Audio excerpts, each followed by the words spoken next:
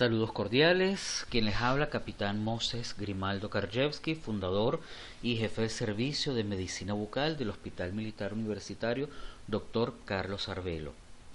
En el marco de los coloquios médicos, que de hecho pasan a ser unos coloquios históricos, porque por primera vez existe una postergación de los mismos en estos 57 años de labor interrumpida, y en el marco pues de las conferencias de la División de Odontología del Servicio de Medicina Bucal, vamos a tocar un tópico bien interesante, inherente al COVID-19. De hecho, el bloque de la división se va a estar centrando en las mismas con las conferencias que se van a presentar en este bloque. Y concretamente la presente se trata sobre las manifestaciones bucales y maxilofaciales en los pacientes con una infección por SARS-CoV-2 y propiamente con la enfermedad del COVID-19. Pues lo primero a tomar en cuenta es el trabajo en equipo, el reconocimiento clínico, la simbiosis que tiene que haber entre las profesiones. No podemos seguir separando a la profesión médica de la profesión odontológica, porque ambas comparten pues el interés por el bienestar del paciente y la capacidad diagnóstica.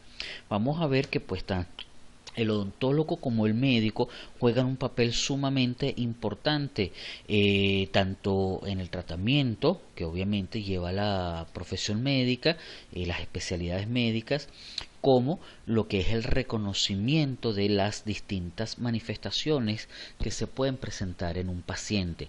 Dentro de estas especialidades que van a aportar, digamos, a este reconocimiento clínico, destacan por la parte médica el dermatólogo, porque ciertamente se han reportado un sinfín de manifestaciones cutáneas, y el otorrino, porque algo que ha caracterizado al COVID son estos trastornos sensoriales que están presentando los sensitivos, que están presentando los pacientes. En cuanto al odontólogo, el médico bucal juega también un papel sumamente importante al momento de reconocer sobre todo las patologías bucales, no solamente por su aspecto clínico, sino igualmente por los trastornos sensoriales que se pueden estar dando en estos casos.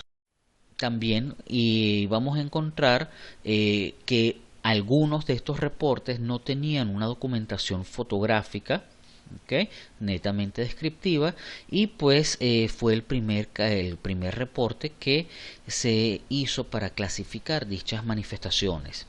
Ahora, lo que es interesante de esto también es que se registraron casos con una clínica cuya explicación no era clara, por ninguna otra razón. ¿Qué quiere decir esto?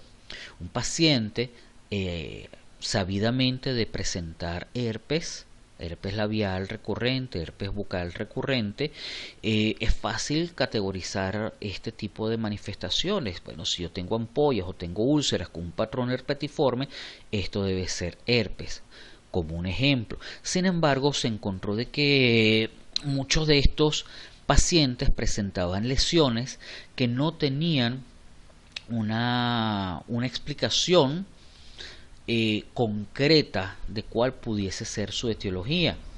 También se registraron los casos 2 semanas previas suspectivos o con una confirmación de COVID-19, es decir, 2 semanas previas a la confirmación del COVID-19 se registraron dichas manifestaciones, lo cual también es fundamental porque nos vamos a dar cuenta que estas manifestaciones dermatológicas pueden ser la primera señal de alarma al momento de sospechar de un caso por COVID-19. Este cuadro, tomado del mismo estudio por Galvan y colaboradores, lo que pretende demostrar es que tanto antes del inicio de los síntomas generales como después de la remisión de los mismos podemos encontrar una serie de manifestaciones, en menor grado aquellas que ocurren antes de los síntomas sistémicos, y pues acá podemos observar en el bloque inferior cómo existe también un número elevado de los síntomas que cursan después de haber presentado la sintomatología general, después de que ha remitido la sintomatología general. Entonces, pues, tanto los síntomas y las manifestaciones previas como las posteriores pueden a nosotros darnos una referencia diagnóstica de esta entidad. Bueno, ¿en qué consiste esta clasificación? ¿Y qué pasa? El odontólogo también necesita manejar esta información, así como el médico tiene que manejar ciertos criterios del diagnóstico bucal que veremos más adelante. El odontólogo también tiene que manejar ciertos criterios sistémicos. ¿Por qué? Porque el odontólogo es un profesional de la salud y debe ser un profesional de la salud íntegro. Si bien es cierto, nos focalizamos en una sola parte del cuerpo, una región, digamos, relativamente pequeña del cuerpo, también tenemos que entender que este pequeño confinamiento territorial tiene una importancia diagnóstica fundamental, porque no solamente para el COVID-19, sino para que muchas otras patologías también pueden presentar síntomas inaugurales bucales o maxilofaciales. Así que no nos divorciemos nunca del resto del cuerpo. La boca es una parte íntegra del cuerpo. ¿Okay? Bueno, vamos a ver que la primera clasificación fue aquellas lesiones pseudo sabañosas. Tenemos también después las lesiones de apariencia vesicular, las urticáricas, ¿okay?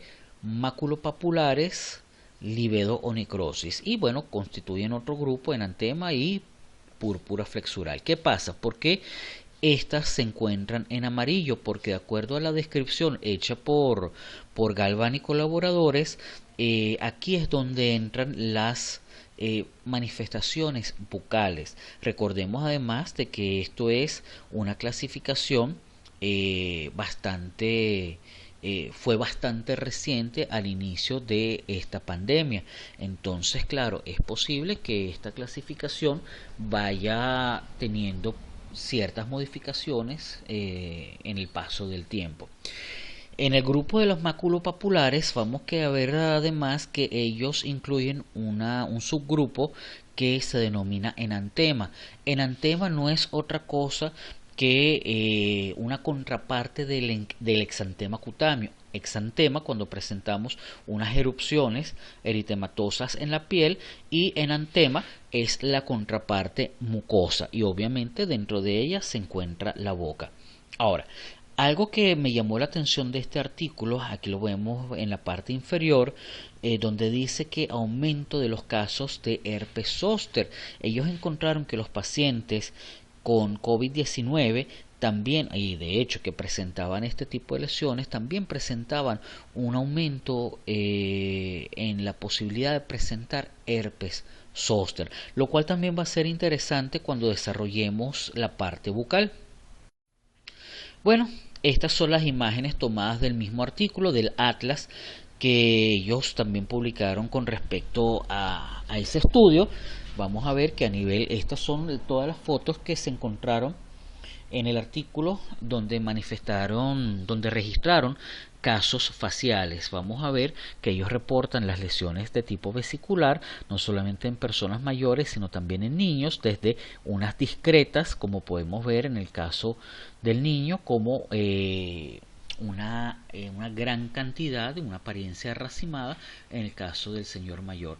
En el caso de la derecha vamos a ver pues unas manifestaciones urticáricas en la región cervical del paciente. Aquí observamos las fotos que ellos presentaron acerca del enantema bucal, donde observamos una serie de, en el caso de del paladar, una serie de petequias. También observamos unas zonas eritematosas a nivel de la encía libre del paladar, y en la foto de la derecha observamos también distintas petequias a nivel del paladar, del labio. Pareciera haber, también puede ser por efecto de la fotografía, pero pareciera haber cierta palidez mucosa, y observemos a nivel de la encía cómo se presentan estas zonas eritematosas. Las otras fotos bucales son estas, realmente no se aprecia mucho la nitidez de las posibles patologías. Aquí en la foto de la derecha, a nivel de la unión del paladar duro con el paladar blando, pareciera haber una pequeña úlcera, una pequeña ampolla. Observemos los labios, que se observan con cierta resequedad y fisuras, y observemos en la foto de la derecha pues igualmente como presenta ciertas petequias a nivel del paladar.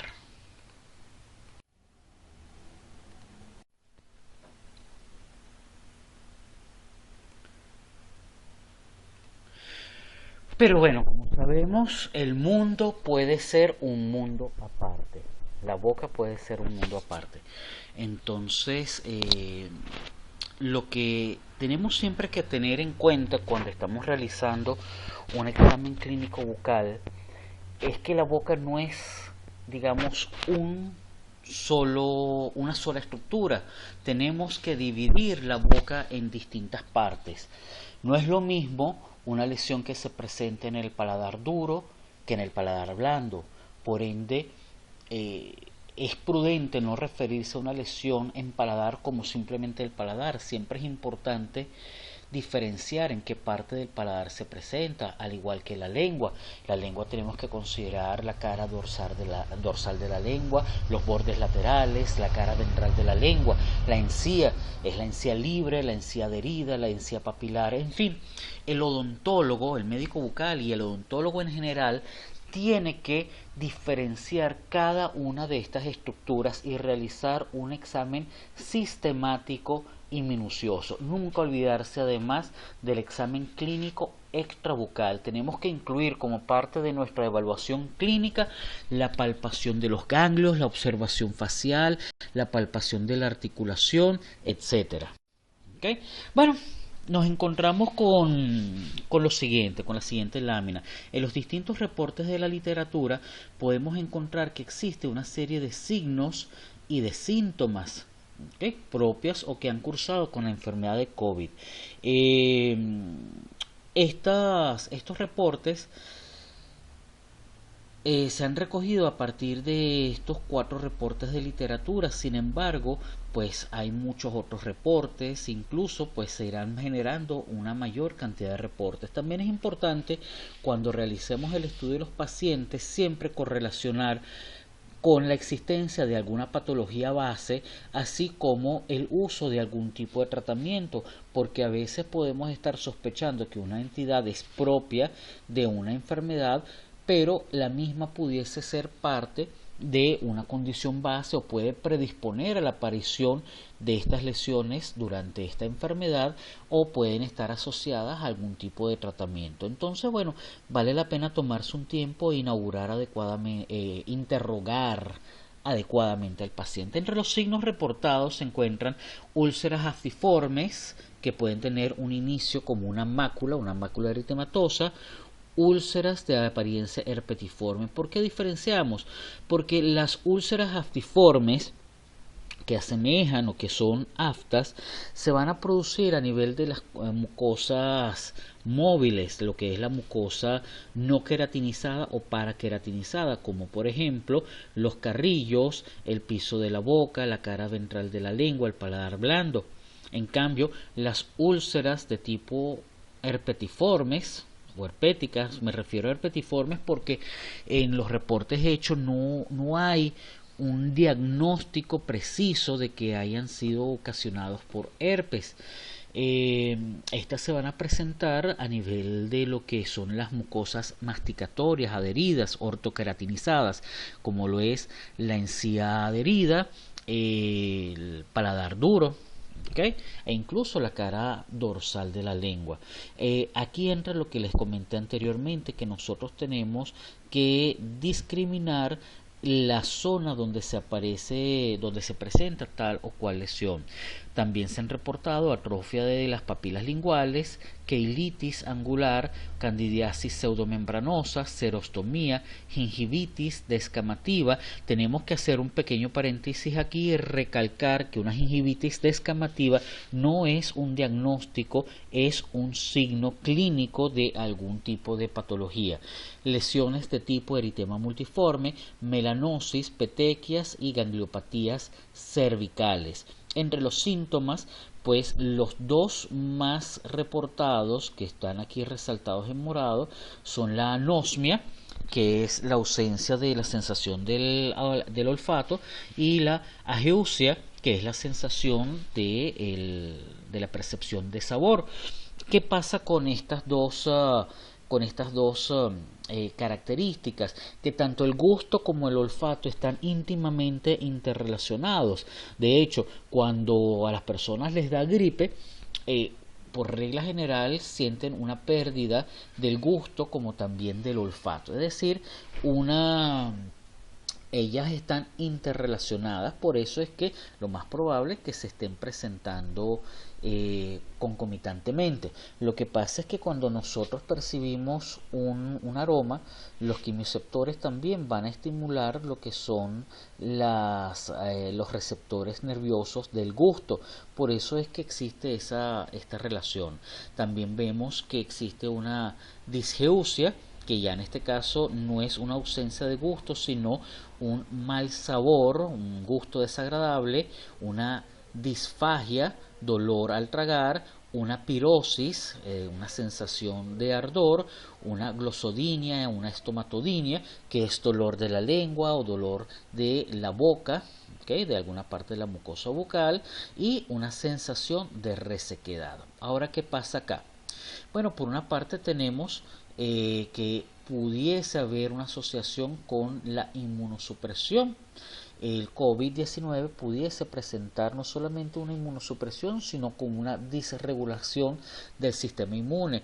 Y ciertamente el factor estrés juega un papel fundamental en lo que son la manifestación de las lesiones de tipo psicosomáticas. Es muy conocido, muy bien sabido, de que las lesiones como por ejemplo las úlceras aftosas, incluso el herpes labial, el herpes bucal recurrente, pueden presentarse en momentos en donde la persona está sufriendo o está pasando por una situación con una carga emocional negativa bastante significativa.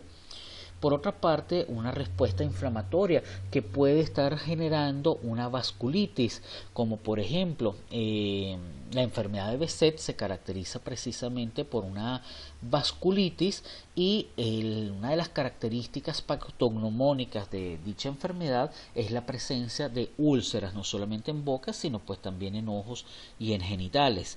También vamos a ver que existen úlceras, ampollas y otras lesiones cutáneas, mucosas, que cursan muchas veces con otros cuadros virales, como por ejemplo el dengue, el herpes y la rubiola, por lo cual pues este cuadro dermatológico también puede llegar a ser característico del COVID-19, ser parte, digamos, de este espectro de las manifestaciones que presenta la enfermedad.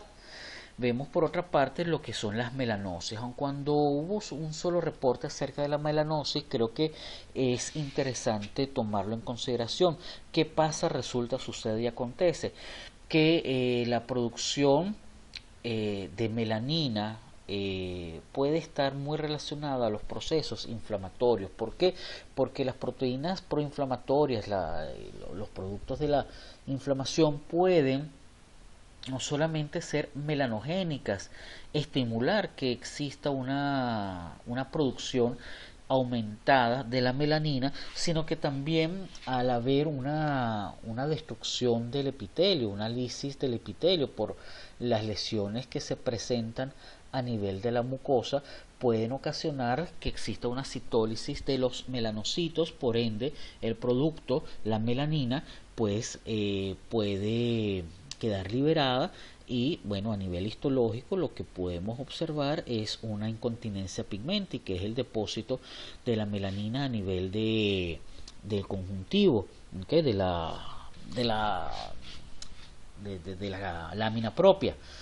Esto se ve bastante en aquellas lesiones en pacientes con, por ejemplo, líquen palano, erosivo ampollar, pénfigo, penfigoide. Entonces no es descabellado considerar de que la melanosis también puede ser parte de una manifestación de este cuadro clínico. Okay. Bueno, vamos a dedicar esta breve lámina para hablar un poquito acerca de estos trastornos del gusto y olfato, que generalmente son los signos que se manifiestan con predilección a nivel de estos pacientes. Un estudio encontró que casi el 100% de los pacientes confirmados de presentar reinfección por SARS-CoV-2 presentaron alguna alteración a nivel del gusto o el olfato, ¿okay? Y lo que es interesante es este valor, que aun cuando es un porcentaje bastante bajo, un 6,5%, que presentaron esta sintomatología de manera aislada, es decir, que no hubo ningún otro signo o síntoma concomitante con el mismo. Por ende, el valor diagnóstico aumenta del COVID-19, la sospecha de presentar COVID-19 puede establecerse en este pequeño grupo de pacientes y de ahí encaminarse a un diagnóstico precoz. Obviamente, pues la diferencia, el 93.5 presentaron pues estos síntomas concomitantes a otros cuadros clínicos de estos pacientes. Se encontró que la duración media de esta anosmia fue de apenas 8 días aproximadamente, o sucedida de un periodo de disminución de la sensación del olfato, que es la hiposmia, y vemos que el tiempo que transcurrió a que este paciente se recuperara completamente fue aproximadamente 18 días. Ahora bien, este déficit olfatorio pudo persistir, o se encontró que persistió en casi la cuarta parte de los pacientes. Sería interesante ver una evolución de los mismos posteriores a la publicación de dicho artículo, y se reportó que en el caso de los pacientes con trastornos del gusto, la recuperación se realizó en su totalidad. ¿Okay?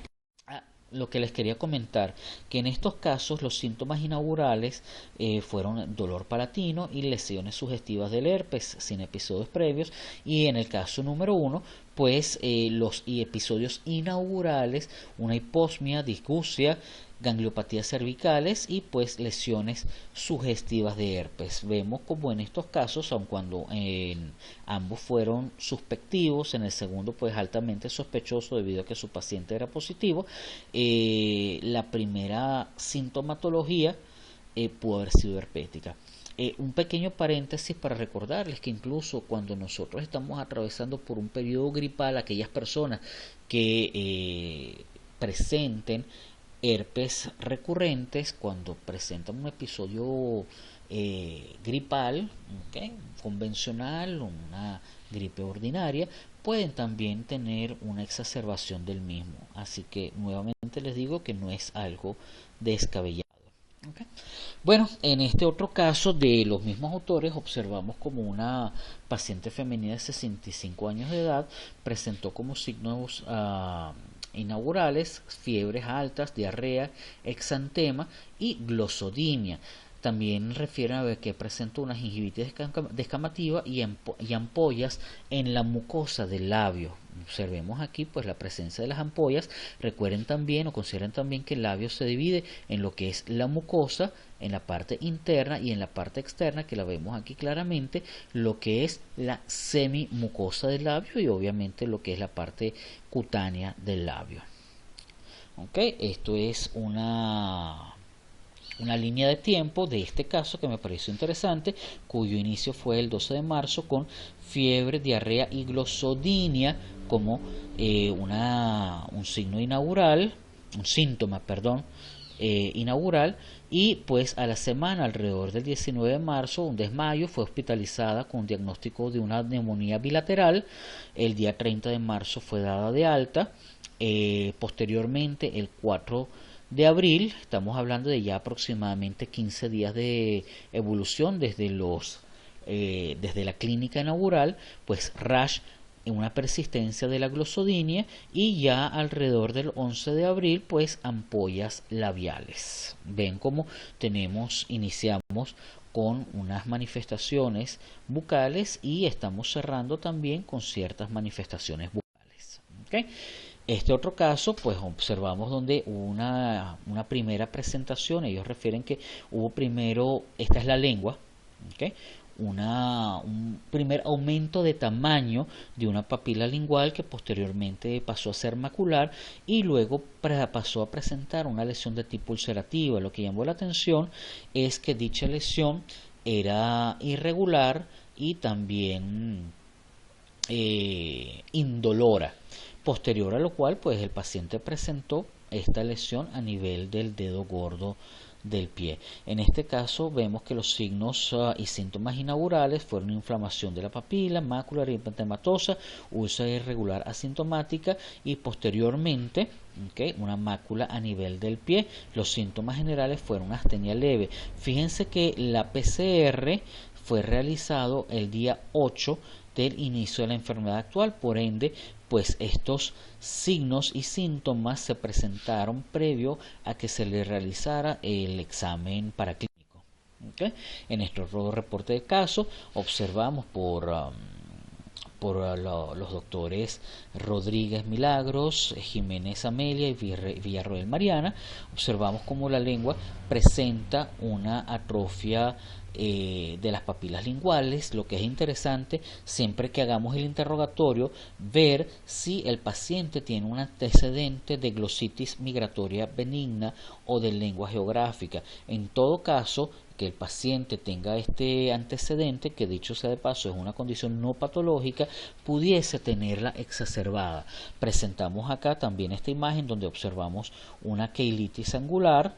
Observamos aquí estas placas blanquecinas sobre una mucosa lingual relativamente despapilada que fueron categorizadas como una candidiasis de tipo pseudomembranosa, y en esta última imagen observemos por acá ciertas zonas eritematosas, máculas eritematosas que pudiesen considerarse como unas petequias si observamos este puntillado a nivel del paladar duro, incluso del paladar blando, y aquí observamos una lesión sugestiva de una queilitis angular. ¿Okay? En este último reporte que les traigo por acá observamos como hay una presencia de petequias a nivel de la mucosa del labio inferior. Observamos estas máculas hipercrómicas parduzcas sugestivas de una melanosis. Volvemos a lo mismo, tenemos que realizar un interrogatorio previo y es por eso que también en nuestras historias clínicas es recomendable dejar asentado este tipo de condiciones, porque un paciente puede presentar una melanosis de tipo racial, aun cuando las personas que examinemos tengan una afinidad racial de tipo blanca o un mestizo claro. Estas personas también pueden presentar unas melanosis raciales que no deberían confundirse. Por otro lado, recuerden que los pacientes tabaquistas también tienen una alta incidencia de presentar una melanosis conocida como melanosis de fumador, así que el mapeo o la evolución de las mismas también es interesante. Y aquí en esta última imagen, aparte pues de las melanosis, también observamos una lesión de tipo ulcerativa a nivel de la encía adherida. Bueno, pues nada, entonces eso nos lleva a relatar mi propia experiencia. ¿Okay? Bueno, como se darán cuenta, yo pasé a formar parte de la estadística. Afortunadamente mi caso fue catalogado como asintomático, sin embargo, pues sí hubo cierta o presenté cierta sintomatología, no solamente local, sino sistémica. ¿Okay? Entonces, bueno, vamos a proceder a ver qué fue lo que pasó. Bueno, aproximadamente entre la última y la penúltima semana de agosto de este año, empecé presentando una ampolla solitaria a nivel de la mucosa del labio superior del lado derecho. La verdad es que no sabía lo que era. Yo pues, nunca he sufrido de herpes, aparte de eso de que estaba ubicada en la mucosa. Empecé a pensar, bueno, ¿y si fue una quemadura por alimentos, lo cual pues me parecía poco probable. Lo cierto es que la lesión remitió al cabo de un par de días, unos 2 o 3 días. Alrededor de esa misma fecha, un poquito quizás después, comencé a sentir como una especie de opresión respiratoria muy leve cuando estaba ya acostado en la noche descansando, preparándome para dormir. Esto persistió un tiempo y pues nada, decidí pues ir a que fuera revisado, considerando de que pues soy odontólogo, soy especialista en la parte médica, interactúo mucho con pacientes, no solamente en un ámbito privado, sino también en un ámbito hospitalario, indistintamente de que pues se hayan tomado todas las medidas de seguridad y protección individual y también hacia el personal, lo cual considero de verdad que fue muy acertado por parte de la jefatura del servicio del hospital, pero eh, uno no está exento de eso, aparte de la situación de que indistintamente uno tiene que salir a la calle a hacer compras, bueno, a realizar diligencias que de otra manera no se pueden realizar. Como digo, indistintamente de que se tomen todas las medidas de protección, uno al final no termina de estar completamente exento. Bueno, lo cierto es que el 31 de agosto me dirigí al hospital para una evaluación. Pedí que me tomaran mis radiografías, tanto la PA como las laterales. eh, y cuando me fue evaluado, cuando fui evaluado, pues encontraron como un discreto infiltrado inflamatorio a nivel basal. Esta radiografía en miniatura no evidencia mucho. eh, pues por el tamaño y también pues por lo discreto, pero en una futura publicación espero colocar tanto la inicial como el control del mismo. ¿Ok? El 1 de septiembre me dirigí a realizarme las pruebas respectivas al poliedro, encontrando que la prueba de detección rápida o la PDR, que consiste en la serología, la detección de inmunoglobulina G e inmunoglobulina M contra el virus, ambos casos, ambos tipos de inmunoglobulina fueron negativos. También me realicé el PCR. Dicho sea de paso, uno siente que te están perforando el cerebro, pero bueno, me hicieron el PCR y estuve a la espera 15 días por el resultado. Durante todo ese tiempo estuve en confinamiento domiciliario, interactuando lo menos posible. La gasometría, pues bastante favorable, un 98% de oxígeno, y la presión arterial 120-80 milímetros de mercurio. ¿Okay? Alrededor de la segunda semana de septiembre comencé a presentar una sintomatología bucal, una resequedad leve a moderada. Lo que es interesante es que la resequedad no era propiamente bucal, intrabucal, estaba confinada a la parte de la semimucosa labial. Intrabucalmente no sentí mayor cambio, si acaso lo sentí fue muy leve. Una hiperestesia a los alimentos y pasta dental. ¿Por qué coloco hiperestesia? Quizás pudiese catalogarse como una especie de pirosis, como una especie de ardor, pero no sentía que llegaba propiamente a ser ardor. La sensación era como de comer alimentos muy condimentados, ese tipo de sensación en la boca, que también era ocasionada por el uso de la pasta dental. Esa fue la sensación que yo sentí. Por eso coloco entre interrogativo pirosis. Quizás en una evaluación clínica pudiésemos catalogarlo como una pirosis, pero en mi caso quizás lo asociaba más a un aumento de esa sensación de picor, de condimento. ¿Okay?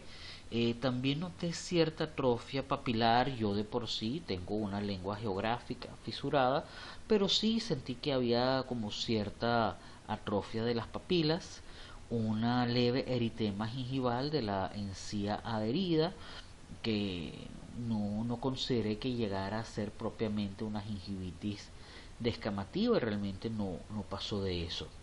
Después de esa segunda semana de septiembre, alrededor del 16 de septiembre, pues una disminución de los síntomas bucales, sin embargo, pues persistencia de la misma. Me fui a realizar tanto el PDR como el PCR. Interesantemente, el PDR resultó negativo. Lo que uno pudiese esperar es que la inmunoglobulina G, si ya hubiese pasado el cuadro viral, fuera positivo, pero en muchos casos la serología o ambas serologías resultan negativas, lo cual fue mi caso. Y bueno, el PCR que me fue entregado el 2 de octubre fue negativo, es decir, que ya para el momento de realizarme el PCR ya yo estaba libre de virus. Sin embargo, alrededor del 18 de septiembre, pues presento una quilitis angular. Igual se mantenía la resequedad de la semimucosa labial, a predominio del labio inferior, fisuras labiales, una descamación de la semimucosa y un eritema del borde bermejo, que ya veremos un poco en las fotos. Alrededor del 2 de octubre persistía la resequedad, los labios supurados, igual la apariencia descamativa, y el 23 de octubre la quilitis pues queda remitido casi totalmente. ¿Okay? Yo me mediqué con una crema a base de clotrimazol, que es un antimicótico, neomicina, un antibacteriano, y la dexametasona para disminuir la inflamación. También le agregué terbinafina, que tenía como antimicótico, para agregar un efecto antimicótico previendo cualquier situación. Y bueno, intrabucalmente realicé colutorios con clorexidina. Bueno, en la siguiente imagen vamos a ver algunas de mis fotos clínicas, mi linda boquita. Dicho sea de paso, las fotos las tomé fue con un teléfono Ceragon, por ende pues las imágenes no son particularmente claras.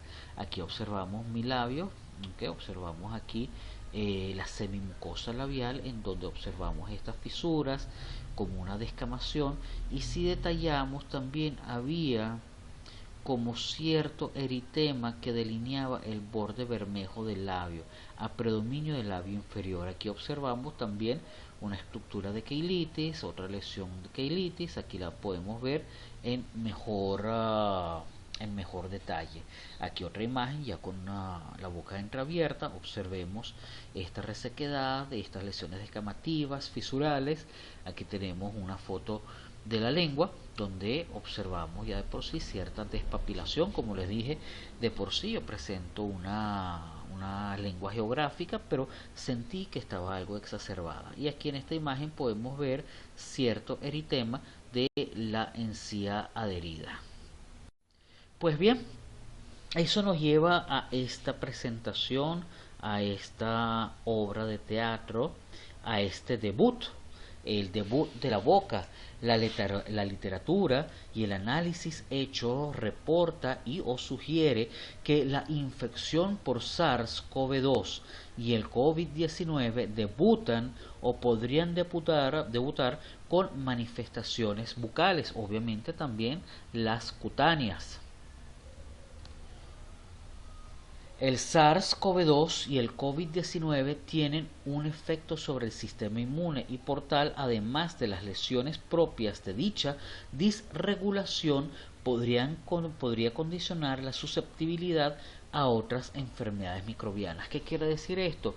Que esta disregulación del sistema inmune, como sabemos, cualquier trastorno del sistema inmunitario pudiese manifestarse con una patología dermomucosa, cutáneo-mucosa, pero también existe la posibilidad de que lesiones que puedan aparecer debido a un déficit o una disregulación del sistema inmune se presenten a manera de enfermedades oportunistas, como pudiese ser el caso de la candidiasis, que fue reportada previamente, recordando que la cándida habita saprófitamente en la boca, pero bajo ciertas condiciones se puede volver patológica.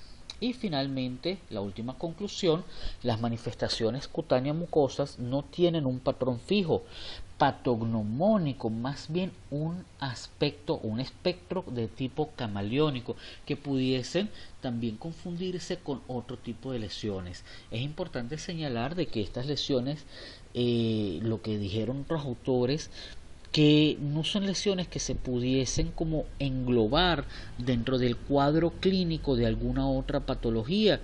Por eso es tan importante realizar una anamnesis detallada, minuciosa. Pues señores, hablando de camaleones, miren este camaleón tan hermoso que se encuentra acá. Por eso quise hacer la analogía, porque las lesiones por SARS-CoV-2 y COVID-19 pueden ser, o considero que pueden ser camaleónicas.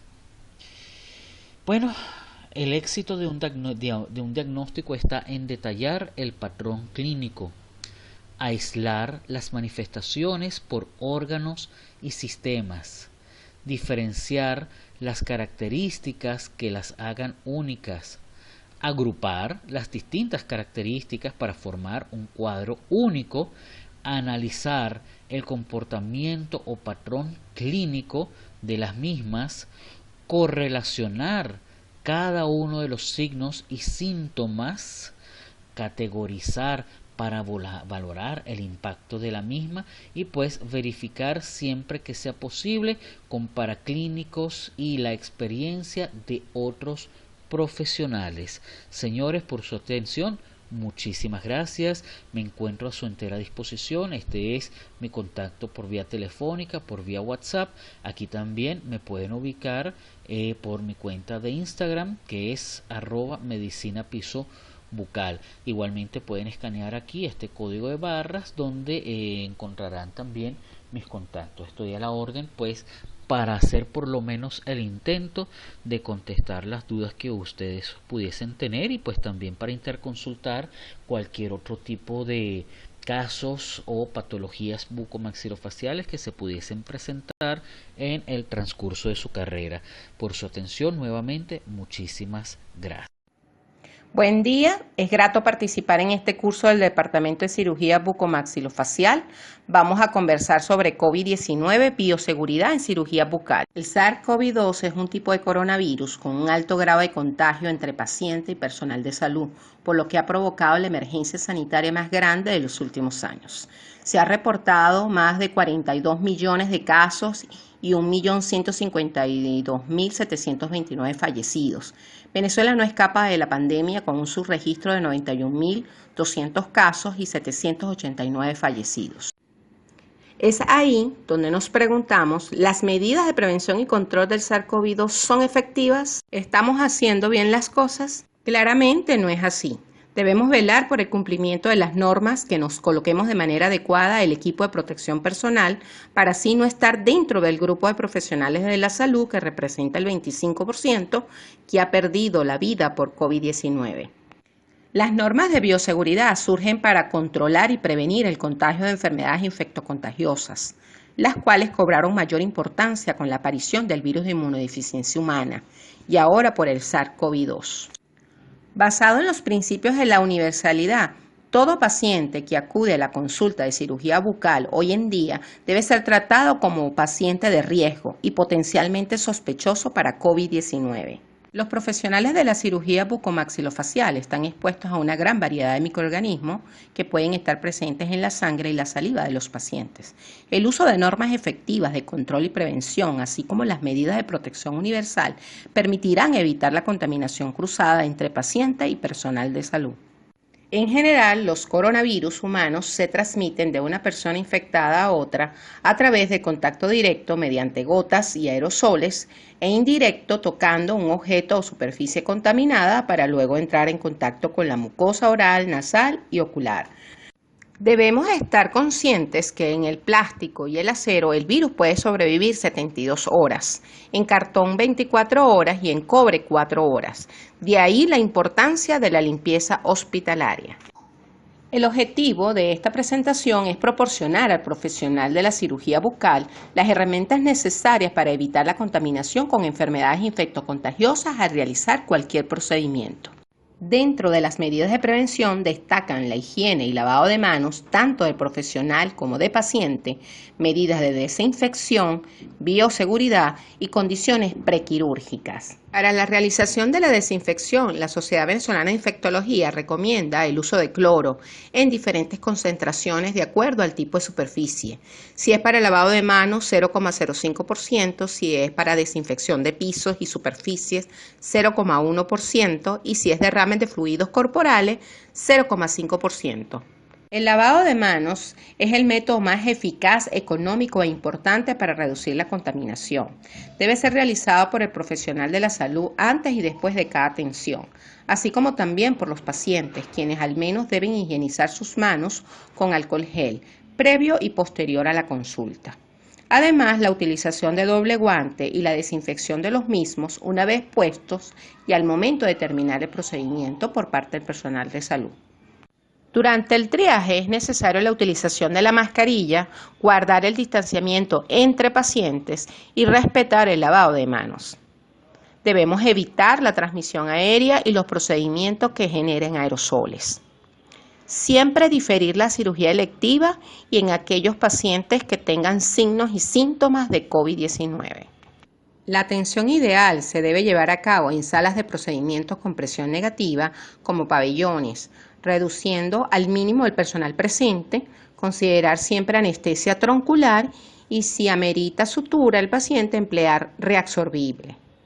Utilizar protectores para los equipos como las cámaras fotográficas, emplear succión de alta potencia para evitar que el paciente escupa. La Organización Mundial de la Salud recomienda el uso de calor húmedo para la esterilización. También se puede utilizar desinfección de alto nivel con glutaraldehído al 2%. Dentro de las indicaciones para el paciente está la utilización de tapaboca, higienización de las manos y el enjuague bucal. La utilización de estos enjuagues antisépticos previa a la atención en cirugía bucomaxilofacial favorece la disminución del virus en la cavidad oral. La elección del antiséptico debe ser basada en su capacidad virucida sin generar daño en la mucosa oral. Se recomienda, por lo tanto, el uso de peróxido de hidrógeno diluido al 1% durante 20 segundos, ya que el SARS-CoV-2 es vulnerable a la oxidación. Como segundo paso, se emplea otro enjuague bucal con clorhexidina al 0,12% por 20 segundos para inhibir el crecimiento bacteriano por espacio de 6 horas. Existen 3 tipos de lavado de manos, cobrando importancia el lavado quirúrgico para cirugía bucomaxilofacial. Las normas de MINSA sobre el lavado de manos quirúrgico establece que debe durar 5 minutos, de los cuales 2 minutos son de lavado desde las manos hasta el codo, 1 minuto de limpieza con esponja en las uñas y otros 2 minutos son para un segundo lavado. Los antisépticos son sustancias químicas que aplicadas de forma tópica sobre la piel intacta, las mucosas o las heridas reducen o eliminan por completo la población de microorganismos vivos en dichos tejidos. Tenemos a nuestra disposición diferentes tipos de antisépticos, alcohol, yodo, triclosan, clorhexidina, con un efecto variable en su mecanismo de acción. El equipo de protección personal se usa para crear una barrera entre el personal de salud y los microbios. Esto aumenta la posibilidad de supervivencia del individuo sometido a un ambiente contaminado y al disminuir el riesgo para su salud le permite continuar con su actividad. A pesar de disponer del mejor equipo de protección, si no sabemos utilizarlo como corresponde, podríamos generar accidentes que a su vez complicarían la intervención en una emergencia. El equipo especial consta de uniforme de trabajo, respirador N95, pantalla facial, gafas o lentes, traje integral, 2 pares de gorro, 2 pares de botas y 2 pares de guantes. El instructivo da a conocer el proceso de colocación y retiro del traje. También genera conciencia de la importancia de realizar procesos con pacientes aislados de la forma menos contaminada y así preservar el cuidado del personal asistencial, evitando la propagación de agentes contaminantes del entorno donde pongamos en peligro a más personas. Todo inicia con el lavado de manos, se retiran las joyas, las uñas deben estar cortas y evitar esmaltes. Se seca con una toalla descartable. Se coloca el primer par de guantes, luego la bata, el tapaboca, el gorro, las gafas, la careta, las botas y finalmente el segundo par de guantes. El equipo de protección personal reforzado es el que se emplea en cirugía bucomaxilofacial. Como podemos observar en la lámina, la secuencia es la misma. Después del lavado de manos y colocación de guantes, se procede con el traje integral, con la apertura hasta el cuello. Es ahí donde nos colocaríamos el tapaboca, las gafas, luego colocamos la capucha, la pantalla facial, los cubrebotas y finalmente el segundo par de guantes. Ya estamos listos para evaluar y realizar la intervención quirúrgica en nuestro paciente con el menor riesgo posible. Una vez terminado el procedimiento, higienizamos las manos con los guantes, retiramos el primer par, nos higienizamos las manos, nos quitamos la bata, nos higienizamos las manos, nos quitamos la careta, nos higienizamos las manos, nos quitamos el tapaboca, nos higienizamos las manos y nos quitamos el resto del traje. Lo más importante es que cada paso del retiro de las piezas es necesario el lavado de manos. Finalmente, la Sociedad Venezolana de Infectología recomienda que ante un contacto estrecho con un paciente sospechoso de COVID-19 se emplee el equipo de protección personal. Si su colocación es adecuada, el riesgo es bajo y puede continuar laborando. Pero si la colocación es inadecuada, el trabajador de salud tiene un alto riesgo de infección y debe guardar aislamiento, 14 días, respetando así la vigilancia activa. Para concluir, tenemos que decir que el equipo de protección personal garantiza el cuidado del trabajador de la salud y del paciente siempre y cuando se use de forma adecuada. El lavado de manos es importante en cada paso de colocación y retiro del equipo de protección personal. Y por último, los procedimientos para controlar la infección COVID-19 se deben basar en la suposición de que todos los pacientes están contaminados. Así tendremos menos riesgo de contagiarnos y a su vez nosotros contaminarlos a ellos.